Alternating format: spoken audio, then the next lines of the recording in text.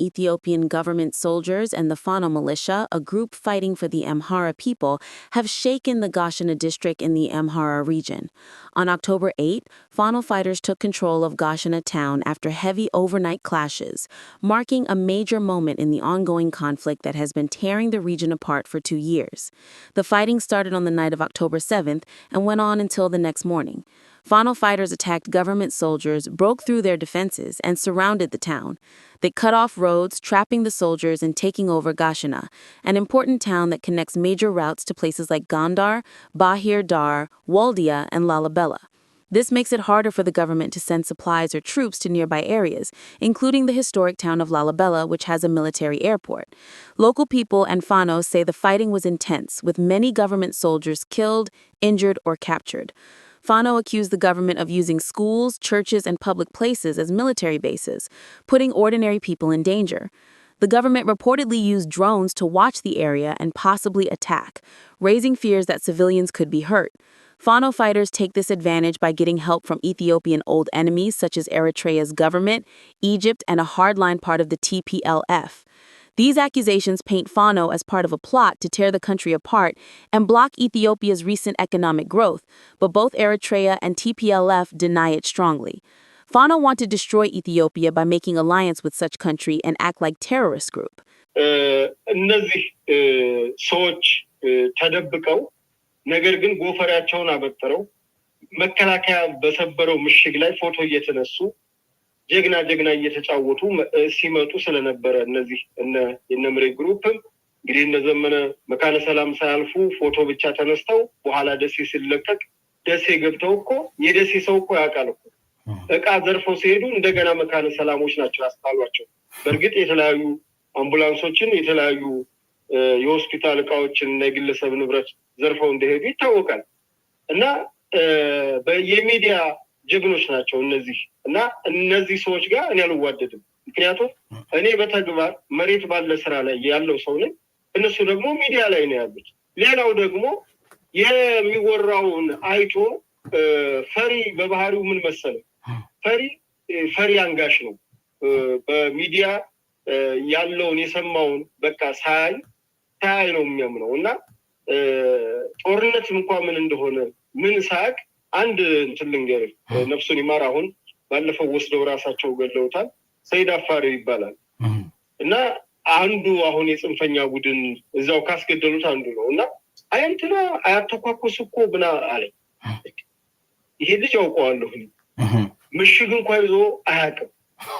እኔ ከምሽግ አልፎ 15 ቀን ተቆርጠን የማሽላ ቂጣ በዚህ በገል ድንጋይ ገል ማለት የሸክላ እንስራ ስባሪ በሱ የጅጉርቲ እንጀራ ይባላል። እሱን እየጠፈጠፍን እየበላን ቆይተን እንደገና ወገን ጦር ጋር የተገናኘን ሰዎች ነው። ይሄ ከደሴ ከተለያየ ቦታ በመኪና ጦርነት ሲነሳ ወባ የመጣ ብሎ የሚሄድ ሰው አይ ጀግና አያተኳኩስ ይለኛል። አንተ ማንን ነው እገሌ? አንተ የምን አይነት ሰው ነው? አንተ ራስህ ፈሪ ስለሆንክ ነው። አሁን እሱ ምሽግ ይዞ ያውቃል እንዲህ እያላችሁ ነው ዝም ብላችሁ አልኩኝ። አሁን ጭራሽ ራስ አድርገውት ቁጭ አሉና ዝም ብሎ ይሄ የፌስቡክ ጀግኖች አሉ። ጦርነት የማያውቁ ጦርነት ወዴት እንደሆነ አቅጣጫውን የማያውቁ ይኸው ጦርነት እኮ ለማወቃቸው እንግዲህ ታንክ ማራኪ ነው። እንዴት ነው ለዚህ ጽንፈኛ ቡድን ታንክ መከላከያ ይዞ የሚገባው? እና በለመደባቸው ስለሆኑ እኒህ ውሸታም ናቸው። እኔ ከነዚህም ውሸታሞች ጋር አብሬ አልደመርም ነው። ከእንደገና መጀመሪያም እንደምታስታውሰው ክፉም አላልኳቸው ደግም አላልኩም። መሰረተ ልማቶችን ብቻ እኔ አሁን መንግስት የሚሰራቸው መሰረተ ልማቶች መከታተልና በተለይ ደግሞ እንደተወለድኩበት አካባቢ ወልዲያ ብዙ የመሰረተ ልማት ጥያቄ ስላለ በሰሜኑ ጦርነት ብዙ ውድመት ስላስተናገደች የመልሶ ማቋቋም ስራ ላይ ነው እንጂ እኔ መሳተፍ የምፈልገው ከዚህ በኋላ በእንዲህ አይነት ድርጊት ውስጥ አልሳተፍም። ከእንደገና መንግስት የሰጠው የሰላም ጥሪ ግልጽና ግልጽ ነው። በቃ በፕሪቶሪያው ስምምነት ጦርነት ከተዘጋ ከዚህ በኋላ የኛ አስፈላጊ ነው። ተፈለገን መንግስት እንደ ትላንትናው ስለሚጠራን አሁን እንመለስና ሁላችንም ወደ የስራችን ወደ ነበርንበት እንመለስ ስንል የለም ብለው ልዩ ኃይል ነው የተባለው። እንግዲህ ልዩ ኃይል መልሶ ማደራጀት ማፍረስም እንኳን ቢል መንግስት ነው፣ የመንግስት ቅጥረኛ ነው ልዩ ኃይል። የለም ሊያፈርስ ነው ብለው የልዩ ኃይል ጠበቃ ሆኖ ነው ፋኖ ትጥቅ ፍታ አልተባለም። በኋላ ያልነገርኩ እነዚህ የገጠር በዱር በገደል ሲዋደቁ የነበሩ እነ አርበኛ ኢማም አሸበር፣ እነ አርበኛ የሻለቃ ደምን ሊያረጋው፣ እነ አርበኛ ጄኔራል ሐሰን ከረሙ፣ እነዚህ እነ በካሪስ ቦቤ ድምፃቸውን አስጠፉና እነዛ ወርቄ ሲባል እንዳልነበር፣ ድሬሮካ ሲባል እንዳልነበር ይሄ የሆያ ሆዬ ቡድን ሚዲያ ይዞ በፐርሰንት ሂሳብ እያሰበ ከሚመጣው ገቢ በፐርሰንት እያሰበ ገነኑ። ሲገኑ እኒህኞቹ ትክክለኛ ተጋድሎ ያደረጉት ጥላት በጥላት ከበባ ውስጥ ጥላት ወደ ሸዋ በሄደበት ሰዓት እነሱ ወደኋላ ውስጥ አገራችንን አንለቅም ብለው አካባቢያቸው ላይ ሆነው የወያኔ መኪና በየመንገዱ እያቃጠሉ ስንት መኪና ነው ያቃጠሉት? ስንት መኪና ነው ያገቱት? ስንት መኪና ነው ካላማጣ ማርከው ዞብል የወሰዱት? የነዛን ጀግኖች ታሪካቸውን ሲያጠፉባቸው ጠየቁኝ። ያው እኔ እንደዚህ ባለል በሚዲያ ጥሩ ነው ምን ችግር አለው ብዬ እንጂ እኔ መጀመሪያም እነ ምሬን እኮ ጄኔራል ሐሰን ኢብራሂም አደጋ ጣይ ቡድን ያስፈልጋል አንተም ራስ ላይ አይ ከኔ ይልቅ ሌሎች ልጆች ይምሩ ብዬ ተነጋግረን እኮ ነው እነ ምሬ እኮ እንዲመሩ የተደረገ። አደጋ ጣይ ቡድን በመንግስት ውስጥ ነው አደጋ ጣይ። ምክንያቱም እየገሰገሰ ስለነበረ ወያኔ ያንን ነገር ለማስቆም ህዝባዊ ለማድረግ ስለተፈለገ ነበር። ግን ከታቀደው ውጭ ጭራሽ መከላከያውን ከኋላ የሚመጡ ሆነው አረፉ። እስኪ ይሄ ጦርነት ይለቅ ተብሎ ሆዲፍጆ ተብሎ ብዙ ነገር ተይዞላቸዋል።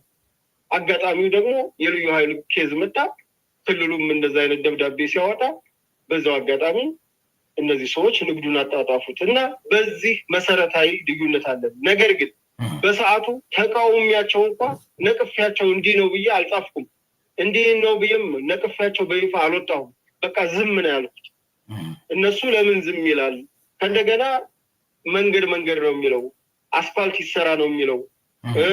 ከእንደገና የ6ኛ ዓመት የዶክተር አብይ የንግስ የ6ኛ ዓመት በዓላቸውና የአባይ ግድብ ተብሎ በአማራ ክልል ሰልፍ ተጠራ። ወልዲያን ሁልጊዜም ስነልቦናቸው ወልዲያ ስለሆነ ወልዲያ ላይ ሰልፍ አይደረግም ብለው በየአካባቢው ቦምብ ሲጥሉ ሰልፈኛውን ይዤ ወጥቼ ሰልፍ ተደረገ። በቃ ከዛ ሙሉጌታ አንበርብር የኔን ስክሪንሻት አድርጎ ይሄው የብልጽግናው እርምጃ ወሰዱ ብሎ ፖስት አደረገ። መንጋው ተከተለ መጡ። በእርግጥ እኔ ምንም አልሆንም የሚል ምክንያቱም ያውቃሉ ከልጅነት እስከ እውቀት። በ16 ዓመቴ ነው ፖለቲካ የገባሁት። በ16 ዓመቴ ነው የመላ ኢትዮጵያ አንድነት ድርጅት ቅንጅት በማይክሮፎን እንደዛሬው በፌስቡክ አይደለም፣ በማይክሮፎን እየቀሰቀስን ወያኔ ሌባ እያልን ይሄን ያልነቃ ዛሬ ሆሆ የሚለው ትላንትና በግራ ትከሻው ብታነድበት እሳት አረ ቀኝ ገና ነው ብሎ ቀኙን የሚሰጥ የነበረ ነው። እኖር ብዬ ሲል የነበረ ለትምህርት ብዬ ሲል የነበረ ስንት ነገር ሲሉ የነበረ ልጅነታችንን ሰጥተን ነው ያን ስርዓት ቢያንስ ህዝባዊ ቢተኝነት እንዲመጣ አድርገናል። ቢያንስ ታስረን ምክንያት ሆነናል። በቃ እኛ ጠይቀን የታሰርነው ስለ ሰብአዊ መብት፣ ስለ ዲሞክራሲ፣ ስለ እኩልነት፣ ስለ ዘረኝነት በቃን፣ ስለ ቀይ ባህር ጠይቀናል በወቅቱ።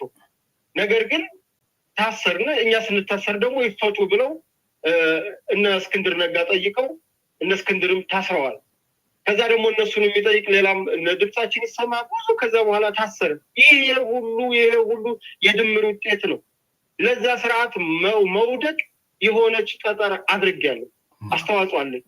አሁን ያ ስርዓት ስለወደቀ ያን የበሰበሰ ያረጀ ስርዓት የድሮ ስርዓት ናፋቂ ያን ስርዓት እንመልሳለን ነው። አሁን ንግግራቸው ላይ ሰምተው ከሆነ ለዚህማ ያን ስርዓት ምን አታገለህ? ያ ሌላ ይህ ሌላ፣ ማሞ ሌላ፣ መታወቂያው ሌላ። እንዴ ወያኔ አይደለች እንዴ ለዚህ ሁሉ ምስቅልቅል አገሪቱ እንዳርጋ? እንግዳ ትላንትና የመጣው የብልጽግና መንግስት ነው እንዴ ይሄን ሁሉ ችግር ያመጣው? የብሔር ፖለቲካ ያመጣው? ተፈናቃይ የመጣው አሁን በመጣ በብልጽግና ነው እንዴ?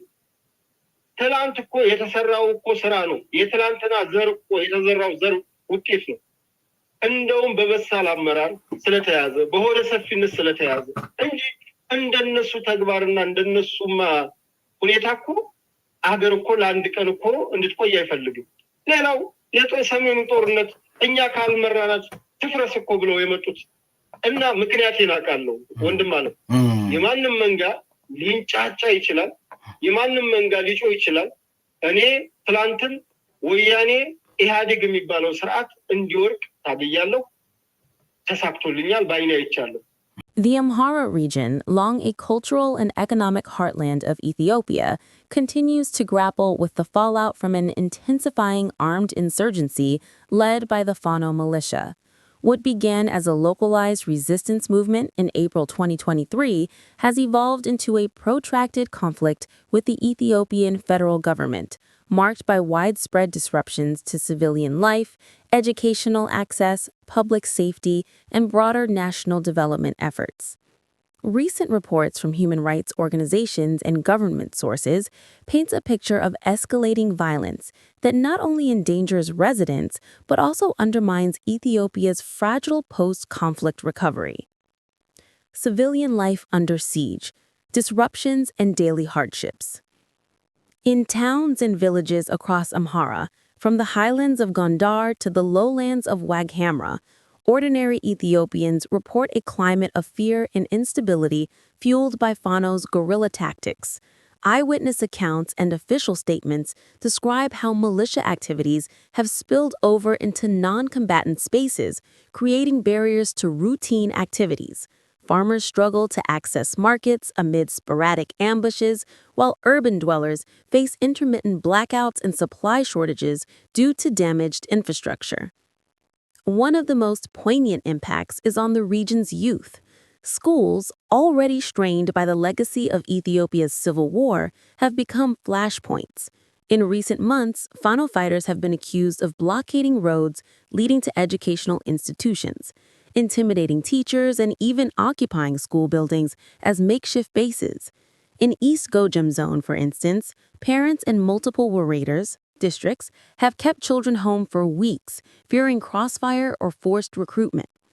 Our kids are the future, but how can they learn when the path to school is a minefield, lamented a local elder in a report compiled by the Armed Conflict Location and Event Data Project, ACLED.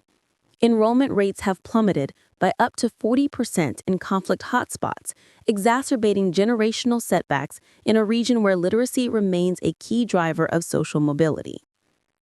Targeted attacks on public servants, a war on governance. Government civil service employees, from agricultural extension officers to health workers, have emerged as prime targets in what analysts describe as a deliberate strategy to erode state authority. Fano operatives have launched hit-and-run assaults on administrative offices, clinics, and even private residences of officials, leading to dozens of casualties. In a particularly grim incident in late September 2025, assailants ambushed a convoy of Regional Education Bureau staff near Woldia town, killing 3 and wounding several others. The Ethiopian National Defense Force, ENDF, attributed the attack to Fano, vowing a decisive response to protect public servants. Human Rights Watch documented similar patterns earlier in the year, noting that such strikes not only instill terror, but also paralyze service delivery. Vaccinations have stalled, land registration processes are frozen, and tax collection, vital for local budgets, has ground to a halt. These are not soldiers, they are the backbone of our communities, said a surviving administrator from South Wallo Zone, speaking anonymously to reporters.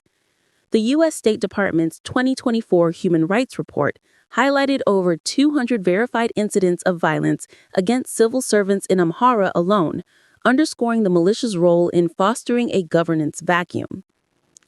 Banditry and economic sabotage, undermining stability. Amid the chaos, opportunistic banditry has surged, with armed groups, some loosely affiliated with Fano, preying on vulnerable travelers and merchants. Highway robberies along the vital Bahar Dar-Addis Ababa corridor have spiked, costing Ethiopia millions and lost trade and aid shipments. In one notorious case in August 2025, bandits looted a UN convoy en route to drought-affected areas, stealing food rations meant for 5,000 families. Local police chiefs report that these acts blurred the line between insurgency and outright criminality, further alienating communities that once viewed Fano as defenders of Amhara interests. The economic toll extends to national development initiatives. Projects under Ethiopia's homegrown economic reform agenda, including irrigation schemes in the Abai Basin and renewable energy expansions, face repeated delays due to sabotage and security risks. Foreign investors, wary of the instability, have shelved at least 3 major ventures in Amhara, according to a UK government policy note on the region. This isn't just fighting, it's a calculated distraction from building a stronger Ethiopia, argued a federal development official in a recent briefing. Shadowy alliances, external hands fueling the fire. Compounding these internal woes are persistent allegations of foreign backing for Fano, raising alarms about Ethiopia's sovereignty. Addis Ababa has repeatedly accused neighboring Eritrea of providing logistical support, training, and even direct operational guidance to the militia, framing it as a broader plot to destabilize the Horn of Africa. In a letter to the United Nations dated early October 2025, Ethiopia claimed Eritrean agents were funding, mobilizing, and directing Fano units, citing intercepted communications and captured fighters as evidence. The plot thickens with purported ties to Egypt, whose long-standing grievances over the Grand Ethiopian Renaissance Dam have led to whispers of proxy meddling. A September 2025 analysis by the Horn Review detailed Egypt's unconventional war strategy, alleging covert alliances with Eritrea, residual Tigray People Liberation Front (TPLF) elements, and Fano factions to encircle and weaken Ethiopia. TPLF involvement remains the most contentious claim. The federal government points to a splinter faction led by Brigadier General Mikbay Haile as actively coordinating with Fano, including joint operations in North Amhara that killed over 300 fighters in a March 2025 ENDF counteroffensive. The TPLF has vehemently denied these accusations, calling them fabrications designed to derail the 2022 Pretoria Peace Accord.